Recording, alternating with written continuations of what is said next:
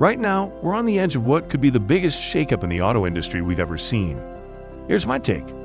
Think twice before you buy an EV right now. The middle class is waking up to a jarring truth. EVs might not be the golden ticket we thought they were. There's a growing buzz that political leaders are pushing these pricey EVs onto us, all the while keeping some uncomfortable facts under wraps. In this video, I'm going to peel back the layers on these secrets that seem to have been kept out of the public eye. As we edge closer to 2024, a study shed light on a troubling trend. And this might just be the eye-opener you need if you've been tossing and turning over what car to pick next. Here's what's happening. Sales of used EVs and plug-in hybrids are dipping, raising eyebrows about the industry's future. Despite the spike in gas prices and the government rooting for clean energy, the market for those high-end EVs isn't hitting the mark as predicted. Tesla, a big shot in this game, saw its models' prices dropping. Back in 2022, they took a serious hit, losing a huge chunk of their market worth, more than 2/3 to be exact. This downturn was Tesla's longest slump since 2018, slashing their market value to about $345 billion, trailing behind giants like Walmart Incorporated, JP Morgan Chase & Co., and Nvidia Corp. This slip-up meant Tesla dropped out of the top 10 highest-valued companies in the S&P 500 index, a spot they'd been holding onto since December 2020.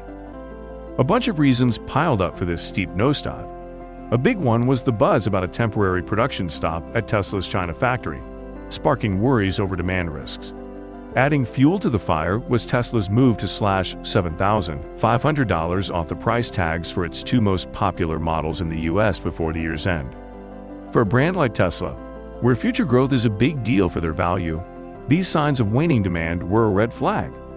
The forecast for Tesla's revenue growth was sky high, but the reality didn't quite match up with these lofty expectations.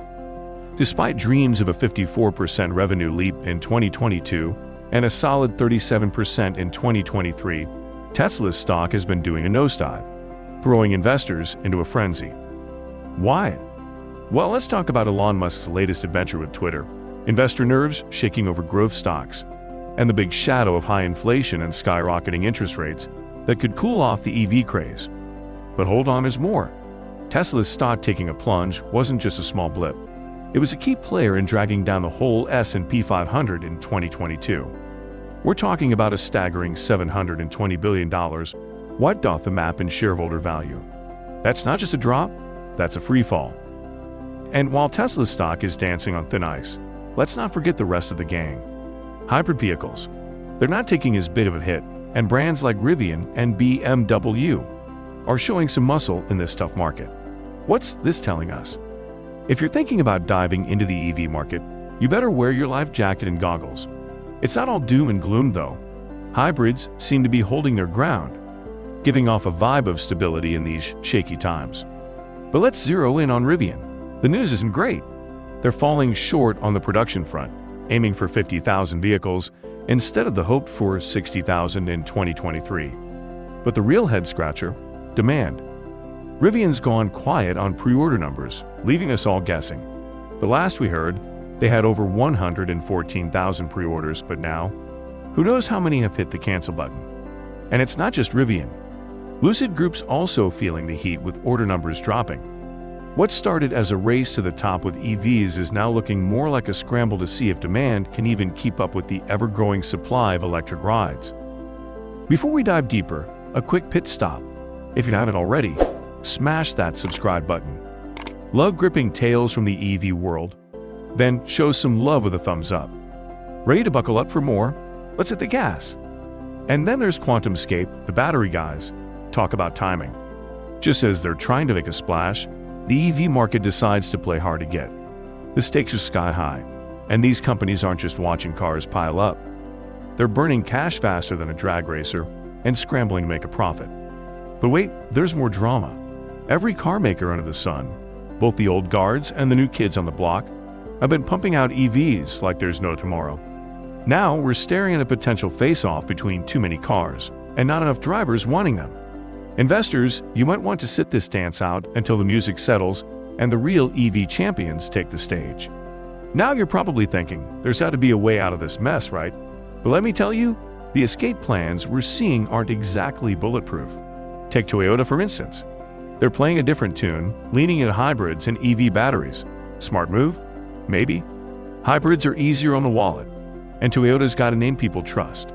They're not just betting on EVs, but also strengthening their hybrid game and diving into the battery biz. Then there's Rivian, who's not going solo. They've buddied up with Amazon, bagging a sweet deal for 100,000 electric vans by 2030. That's a hefty order, giving Rivian a leg up in the electric truck race. And let's not forget ChargePoint. These folks have taken a detour from making EVs to powering them up.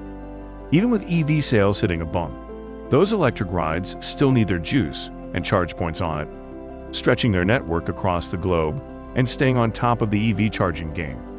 So, while the EV market's doing loop-the-loops, some players are finding their groove, playing it smart and steady. But will these strategies be enough to dodge the crash? Only time will tell. And then there's this big scene with the US government stepping into the spotlight. In 2023, the US government had plans to snap up nearly 9,500 EVs, kickstarting a mission to turn its whole fleet electric. We're talking about a complete makeover, with light-duty vehicles going electric by 2027 and every new purchase electrified by 2035.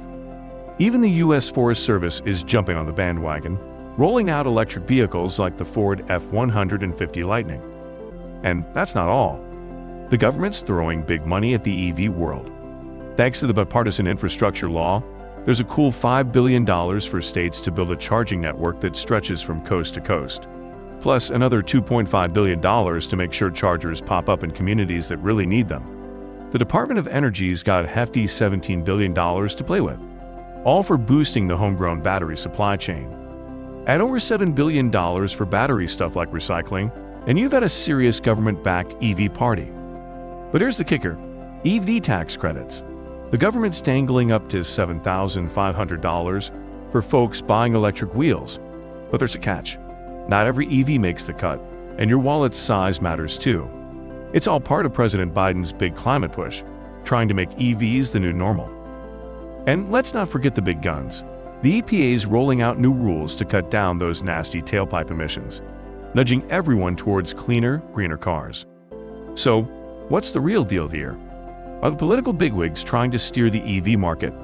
Are EVs going to be more wallet-friendly soon, or is this just a pipe dream? I want to hear your thoughts. Drop your opinions in the comments. Let's get a real conversation going. And hey, if you're digging this deep dive into the EV saga and crave more, smash that like button and hit subscribe. There's a whole lot more where this came from, and trust me, you don't want to miss out on the jaw-dropping stories we got lined up in the EV world. Stay tuned for more revelations and insights. This is just the beginning.